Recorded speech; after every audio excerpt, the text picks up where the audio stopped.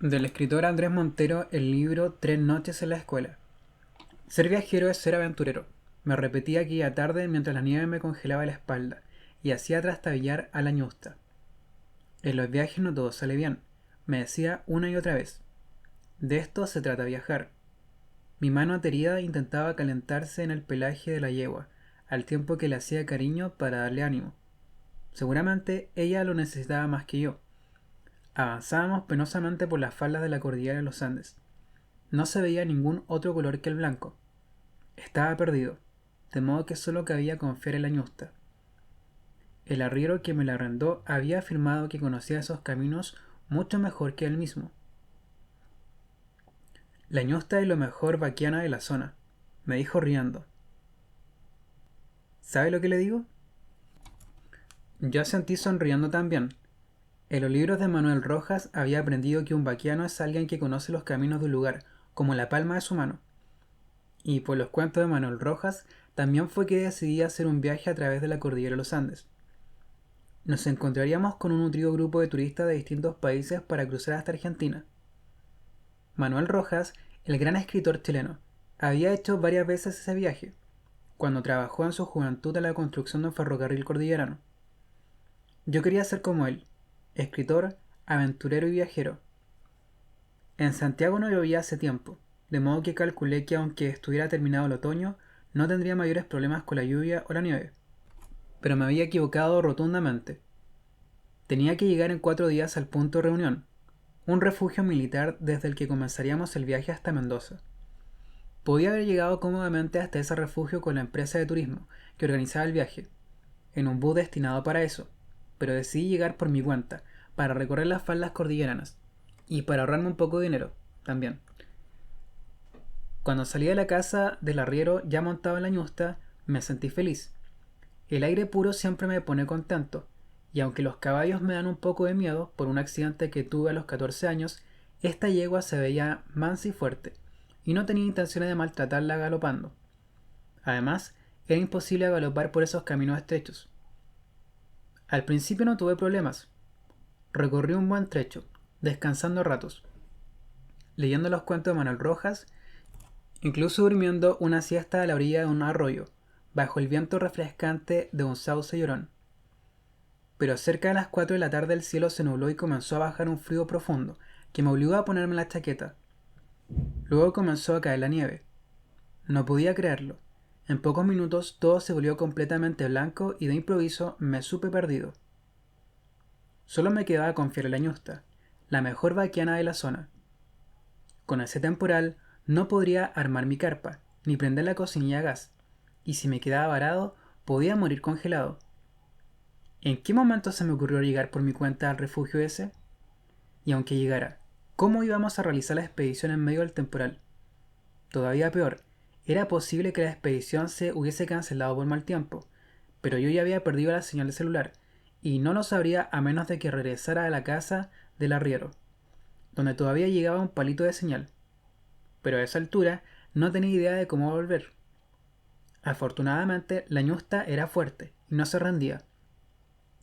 Seguía avanzando por las piedras, trastabillando ratos, pero sin equivocarse. Yo solo le pedí al cielo que interrumpiera la caída profunda de la nieve, hasta que me encontrara con algún refugio, alguna casa, o aunque fuera un techo de madera que me permitiera sobrevivir. De pronto alcancé a distinguir a lo lejos una columna de humo. Aunque la nieve hacía que desapareciera a rato de mi vista, y aunque podía ser perfectamente una ilusión causada por mi mente fatigada, le indiqué con los estribos a la ñusta que tomara aquel camino. —¡Pa' allá, ñusta! —grité. La ñusta no pareció convencida. No era el camino al que se dirigía. Insistí con los estribos varias veces, hasta que me hizo caso, aunque juraría que meneó la cabeza, de lado a lado. 3 noches después, entendería por qué. El humo venía de una casa de madera, construida a la buena de Dios, en medio del camino. Sin pensarlo 2 veces me bajé de la ñusta, quité el alambre que sostenía la puerta de la cerca y entré en la propiedad, llevando la yegua de los estribos. Me seguía extrañando que se resistiera a avanzar. ¿No se daba cuenta de que acá podríamos conseguir comida y agua para ella y para mí? ¿No veía que allá al fondo había incluso un establo esperándola? Tuve que imponerme con un poco de fuerza. La ñusta obedeció con un relincho. No quería ofenderla. Me había salvado de morir congelado bajo la nieve. Le di unos golpecitos con la palma en el cuello. Quería decirle, estamos mejor aquí, ñusta. Nos íbamos a morir congelados. Ahora espérame que voy a tocar la puerta. Tiritando llegué a la entrada de la casa y toqué a la puerta. Cosa curiosa, estaba entornada. ¿No entraría el frío por ahí? Esperé un tiempo que me pareció prudente, pero como nadie me contestó, no aguanté más y empujé suavemente. La casa se veía ordenada, pero con bastante polvo, como si llevara deshabitada algunas semanas o incluso meses. Pero yo sabía que había alguien ahí, porque había visto que salía humo de la chimenea. En efecto, tras avanzar unos cuantos pasos llegué a la sala principal, donde un viejito canoso se calentaba frente al fuego, sentando en una silla mecedora de mimbre. Parecía una escena de película, pero yo sabía bien que no estaba en ninguna película, que esto era real, y que lo que yo necesitaba era un lugar donde guarecerme mientras pasaba el imprevisto temporal. Perdón, carraspié. La puerta estaba entornada, así que pensé que no habría nadie. El viejecito siguió meciéndose como si no me hubiese escuchado. Supuse que era sordo, así que me acerqué al fuego para que pudiera verme. Hola, señor, saludé. El viejito siguió mirando al fuego, sin reparar en mí. Me acerqué un poco más, hasta quedar casi frente a él. ¡Hola! Grité. Cristo, Señor misericordioso, gritó entonces el viejo, pegando un salto. Perdón, perdón. ¿Quién carajo es usted? Soy un viajero. Estaba perdido en la nieve. Lo siento. No quería asustarlo. El viejito se tocó el pecho, como para comprobar que el susto estaba pasando. ¿Qué susto me diste, hijo? Murmuró más tranquilo. El hecho de que me llamara hijo me tranquilizó a mí también. A tropezones, le expliqué lo que me había pasado y por qué estaba en su casa. El viejo pareció meditar unos segundos. Puedes quedarte aquí hasta que pase el temporal, muchacho, y tu caballo puede quedarse en el establo. No le faltará agua ni comida. A ti tampoco, a menos que nos quedemos aquí por mucho tiempo. Espero que no sea mucho tiempo, dije esperanzado. Luego recordé que la gente de montaña sabe leer el clima como nadie. ¿Cuánto cree que irá a durar el temporal?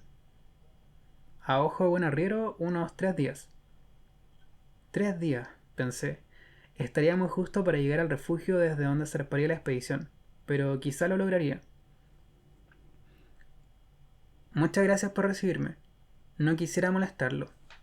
¿Vive solo? Siempre he vivido solo. El viejito me explicó que el pueblo estaba a 8 kilómetros. Cada vez que pasaba gente por su casa, le dejaban comida y otras cosas. Así sobrevivía, porque hacía mucho tiempo que no podía ir andando al pueblo. Por mi parte, le conté el propósito de mi viaje. El anciano sacó cuentas. Hoy es 21 de junio, ¿verdad? El inicio del invierno. Eso significa que tendrás que viajar en tu yegua hasta ese refugio el 24 de junio. Tal vez sería mejor no hacerlo. ¿Por qué? ¿No lo sabes? La noche del 23 al 24 de junio es la noche de San Juan, la noche del diablo, de modo que el 24 todavía está esa energía en el aire. Si me permites, es una recomendación. Yo regresaría donde el arriero que te pasó la yegua y descartaría el viaje a Argentina. Yo ya había pagado la expedición, así que no quería perder ese dinero, pero no le dije nada de eso para que no pensara que era un tacaño. En ese momento, un estruendo hizo temblar la casa. Truenos, comentó el viejito sin inmutarse. Al parecer, viene una tormenta eléctrica.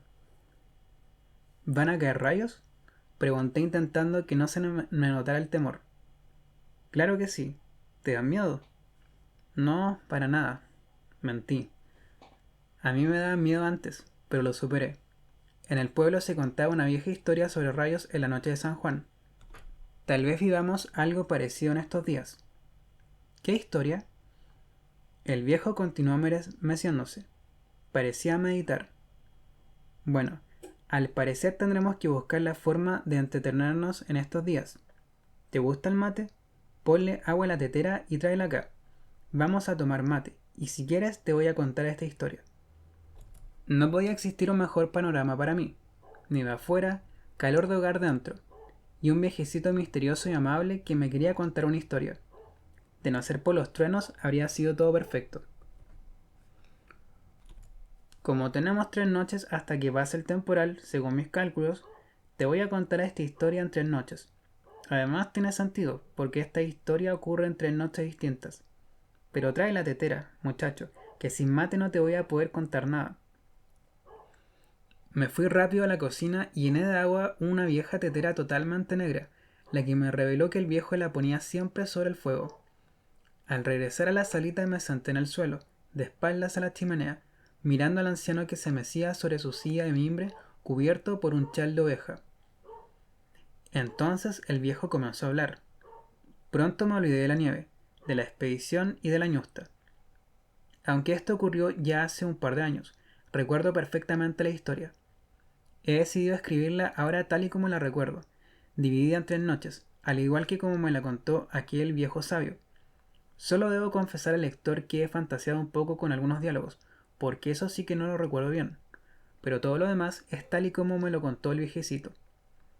Él nunca le puso un título, porque las historias contadas oralmente casi nunca llevan título, pero como ahora estoy haciendo un libro, yo sí le he puesto un título. Se llama 3 noches en la escuela. Ya entenderán por qué. Primera noche. 1. A 8 kilómetros de esa casa, donde la tetera empezaba ya a silbar desde el fuego, había un pueblo, aunque yo todavía no lo conocía. No diré su nombre porque es uno de esos lugares a los que no se puede llegar por la sola voluntad de hacerlo. Uno de esos sitios que tiene que desear que llegues por alguna razón para mostrarse a ti. Es un pueblo escondido en las faldas de la cordillera de los Andes, donde pareciera que el tiempo no pasara, donde nadie tiene prisa. Quizás porque el tiempo en aquel viejo pueblo avanza más lento que en las ciudades. Un pueblo que está dividido en apenas 6 calles de tierra que forman una figura parecida a una doble H, donde se puede ir a cualquier lugar caminando. Un pueblo donde no hay semáforos porque los autos no pueden llegar hasta allá. Un pueblo delimitado por un gran río sobre el cual hay un puente, donde comienza el camino por donde pasan las carretas, los caballos y las bicicletas. Si se baja por ese camino durante un par de días, el viajero llegará a los Andes, ciudad desde la que yo mismo comencé mi interrumpido viaje hasta el refugio militar. En ese pueblo viven unas 500 personas. Antes había un poco más, pero como no hay mucho futuro para los jóvenes, estos se van a estudiar a San Felipe, a Santiago o a Valparaíso, y regresan solo de vez en cuando a visitar a los parientes más viejos que se han quedado ahí, arraigados a su tierra. En esas ocasiones se dan cuenta de que todo permanece igual que cuando se fueron. Se mantienen también las viejas tradiciones. Para las fiestas navideñas el pueblo se engalana con botellas de vidrio que cuelgan de los árboles y se preparan villancicos que se cantan en la iglesia. Para la Semana Santa, todos los habitantes caminan y cantan juntos durante el Vía Crucis.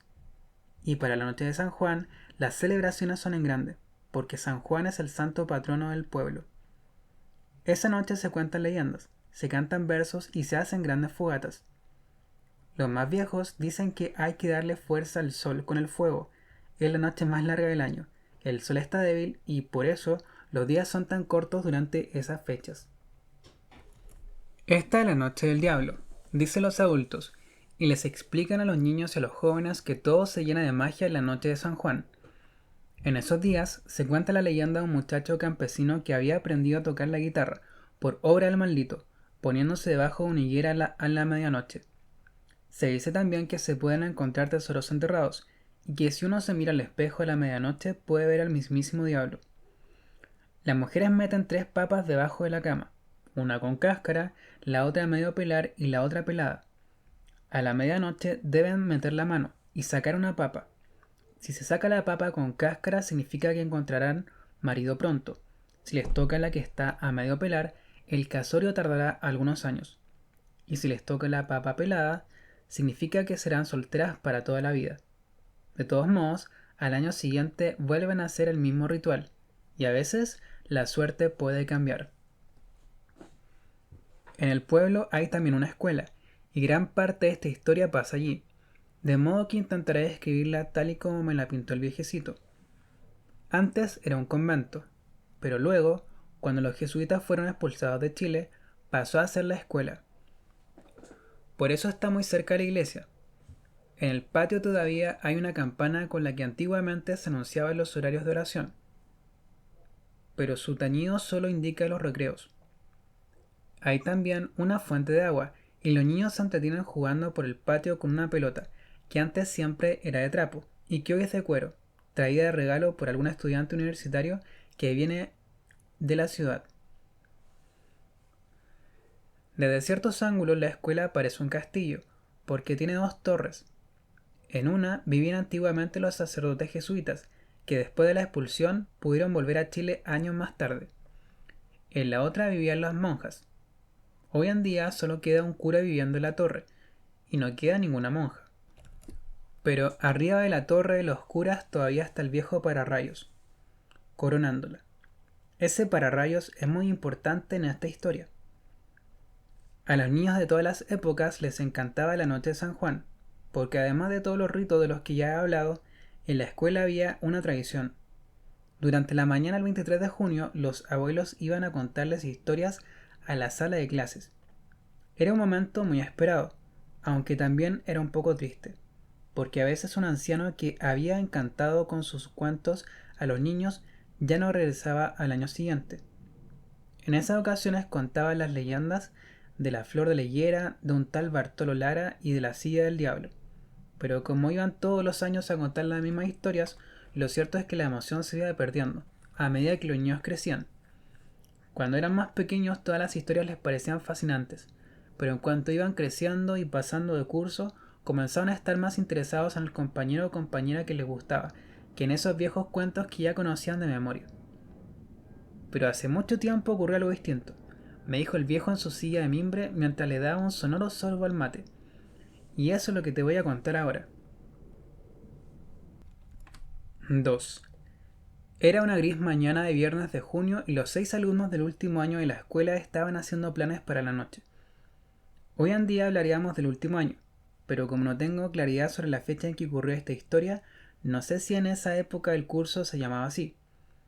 Lo importante es que estaban en su último año, porque al siguiente deberían ir al instituto, que estaba en la ciudad de los Andes. Hacía mucho tiempo que esos 6 amigos hablaban de saltar la pared del cementerio y pasar la noche de San Juan adentro, para hacer una fogata y contar historias que sí les resultaran interesantes. Historias de fantasmas, de aparecidos, relatos que de verdad le inquietaran y que nunca hubieran escuchado. En realidad llevaban algunos años haciendo lo mismo, planeaban todo, mostrándose valientes, pero al final nunca hacían nada de eso. Cuando atardecía y tenían que regresar a sus casas, cuando ya debía establecer la hora y lugar de encuentro para irse a escondidas de sus padres al cementerio, uno alisaba que no estaba seguro de si le darían permiso para salir de noche, y todos lo recriminaban por la cobardía, pero en el fondo respiraban aliviados. Lo cierto era que ninguno se atrevía realmente a entrar al lugar de los muertos, ni los hombres ni las mujeres, pero de todos modos lo proponían cada año, intentando mostrarse seguros, afirmando la voz. Lo importante era que no se notara el miedo que les recorría el cuerpo. Luego uno decía que si no iba tal, tampoco iría, y todos echaban el poto para las moras, y así regresaban a sus casas tranquilos, sabiendo que no tendrían que meterse al cementerio, al menos esa noche, para demostrar a los demás que sí eran muy valientes. Y así estaban esa mañana en la escuela, planeando la incursión al cementerio de esa noche de San Juan, y sabiendo que horas más tarde todos dirían que no iban a poder ir. Durante la mañana ya habían ido a visitar los 2 abuelitos y les contaron historias, pero eran las mismas de siempre, por lo que no prestaron mucha atención. Como en la escuela había muy pocos profesores, a veces pasaban un buen rato solos en la sala, a la espera de que el maestro de turno regresara de la sala de al lado. Cuando iban los abuelos a la escuela, los profesores en la práctica se daban la mañana libre, dado que los alumnos estaban acompañados. De modo que ahí estaban los 6 amigos, únicos alumnos del último año, esperando a que viniera otro abuelo o se apareciera algún docente, cuando una anciana que no recordaban haber visto antes en el pueblo entró al aula y se sentó en la silla que estaba dispuesta adelante. Los muchachos hicieron silencio, por respeto, pero en realidad dudaban que esa viejita pudiera traerles una historia que les interesara. Pero se equivocaban. 3. La anciana era delgada y pequeña, y si se la observaba intentando olvidar las arrugas, podía notarse que en su juventud había sido muy bonita. Tenía unos ojos grandes, aunque al mismo tiempo revelaban una gran tristeza. No era la abuela de ninguno de los 6 amigos, pero era muy común que viniera la abuela de un compañero de otro curso a contar historias. De todas formas, les pareció extraño que nunca lo hubieran visto en el pueblo. Seguramente vivirá en la ciudad y había ido a visitar a algunos parientes, aunque no dejaba de ser curioso que una mujer de tanta edad hiciera un viaje como ese. ¿No debía ser más bien ella quien recibiera las visitas? Quisieron preguntarle algo de esto, pero la mujer comenzó a hablar y se quedaron con las preguntas en la lengua. Buenos días, niños y niñas. Saludó amablemente a la abuela. Me he enterado que hoy vienen los viejos como yo a contar historias, igual que como hacíamos en mis tiempos, así que no quise perder la oportunidad de visitarlos. Pero atención, porque lo que les voy a contar no es un cuento ni una leyenda, sino un hecho real. Los 6 amigos pusieron atención. Que se tratara de un hecho real y desconocido para ellos les interesaba mucho más que una vieja leyenda 1000 veces repetida. Todo esto ocurrió hace mucho tiempo, cuando yo misma venía a esta escuela. Claro que en ese entonces los hombres y las mujeres estudiábamos separados, los niños a cargo de los curas, las niñas a cargo de las monjas. Había una gran reja al medio y solamente podíamos encontrarnos a la salida. A mí al principio me daba igual, en esa época era lo común, en todas partes. Pero luego fui viendo que los hombres tenían muchas ventajas. Ellos podían jugar a la pelota, correr, ensuciarse. A nosotras, en cambio, se nos obligaba a ser señoritas, a aprender a coser, a tejer y todas esas tonteras. Yo no quería ser así, me gustaba el deporte, la aventura, comer guindas arriba de los árboles y escupir los cuescos a los niños que pasaran. Desde pequeña fui muy inquieta, pero con las monjas todo era silencioso, ordenado y aburrido. Los curas eran un poco distintos. Los veíamos jugar fútbol todos los recreos con los hombres, arremangándose las sotanas hasta haciendo faltas. Ah, lo que hubiera dado yo por estar al otro lado de la reja. Un día la escuela entera se fue de paseo a la cascada del Puma. Supongo que alguna vez habrán ido por ahí, ¿no es así? Recuerdo que tuvimos que caminar como 2 horas a pleno sol. Ya llegaba la primavera con un calor sofocante que anunciaba un verano peor. Así que cuando llegamos al destino, todos transpirados y cansados, nos pusimos muy felices de encontrarnos con esa cascada espectacular.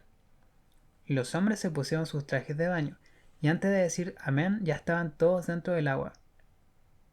Mis compañeras miraban dudosas, no querían que las vieran en traje de baño, pues en esa época teníamos 13 o 14 años, y nuestros cuerpos ya no eran tan infantiles. En todo caso, sabíamos que las monjas no nos darían permiso. Mis compañeras como mucho se descalzaron y metieron las patitas al agua. Pero yo no iba a perder la oportunidad, así que me cambié rápido y me tiré al agua como todos los hombres. Y en ese momento la madre Sofía, que era la monja superiora, lanzó un grito. «Josefina, por Dios, las niñas no tienen permiso para bañarse. Afuera el agua ahora mismo». Todos se quedaron mirándome. Los hombres se reían y las mujeres estaban espantadas. Entonces, por primera vez en mi vida, me atreví a discutir una orden a la madre Sofía. «¿Pero por qué, madre? ¿Por qué las niñas no tenemos permiso?» «Salte, niña, la madre te ha hablado muy claro», se metió otra monja cuyo nombre no recuerdo. «Solo estoy haciendo una pregunta», insistí, mientras chapoteaba. «Todos los hombres están en el agua. ¿Por qué nosotras no podemos?» «Porque hay hombres y te van a ver las piernas», dijo una compañera que tenía toda la pinta de aspirante a monja. «¿Y qué importa? Yo se las estoy viendo a ellos también, y nadie dice nada». Fue más de lo que la madre Sofía podía soportar. La cara se le puso roja de indignación. «Si no te sales ahora mismo, tendré que meterme a buscarte». «Vamos, afuera, Josefina, por favor. Ya hablaremos luego», me dijo la madre Anita, que era mucho más comprensiva que las demás. Pero yo tenía rabia, porque no me parecía justo. así que en vez de salirme me puse a nadar hacia adentro de la laguna, donde caía la cascada. ¡Josefina! Gritaban desesperadas las monjas, pero yo seguía nadando, decidida, y ya casi ni escuchaba lo que decían todos. Había un gran vocerío que se mezclaba con el ruido ensordecedor de la cascada. Yo solo quería meterme debajo de ese gran chorro de agua y desaparecer. En algún momento me di vuelta y vi que la Madre Superiora iba a cumplir su palabra. Se había descalzado y empezaba a meterse de a poco al agua, avanzando lentamente con los pies más pálidos que yo hubiera visto en mi vida. Era una locura, pero yo no estaba dispuesta a regresar. Veía cómo las demás monjas intentaban detenerla, pero la Madre Sofía ya tenía el hábito mojado hasta las rodillas y me gritaba algo que yo no podía oír por el ruido de la cascada. Yo sabía que no me podían expulsar de la escuela, porque como saben, en el pueblo no había más escuelas y no podían dejarme sin educación. Me castigarían por mucho tiempo, hablarían con mis padres, pero no me iban a expulsar, y por eso no regresé, ni siquiera cuando la Madre Sofía se resbalaba y caía al agua, y cuando entre todos los hombres intentaban sacarla de ahí, ni cuando las otras monjas se tomaban la cara espantadas, y el padre Eustaquio, que acababa de llegar, se lanzaba al agua a rescatar a la monja empapada. La cubrieron con una toalla y la dejaron al sol. Ya nadie me tomaba en cuenta, excepto un compañero, Enrique, que iba un curso más arriba que yo.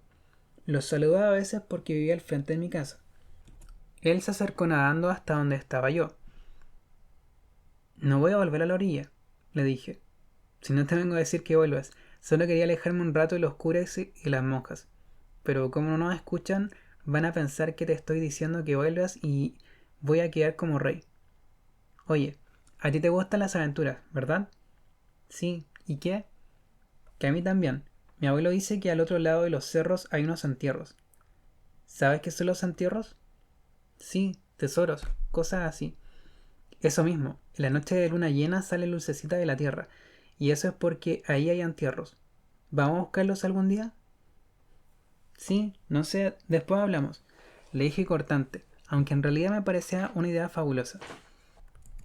Tiene los labios morados. ¿Por qué no te sales del agua? Me preguntó Enrique. Porque me van a retar. Te van a retar ahora o después. La monja está empapada por tu culpa, dijo, y sonrió con la sonrisa más linda que yo he visto. Con la perspectiva de tener un amigo aventurero con el que salir a buscar entierros, que me retara a las monjas me dio un poco lo mismo. Nadé junto a Enrique hasta la orilla y salí del agua. Entonces escuché muchas voces que me hablaban al mismo tiempo del respeto, de la decencia, de la obediencia y hasta del infierno. Pero yo solo podía pensar en la sonrisa de Enrique.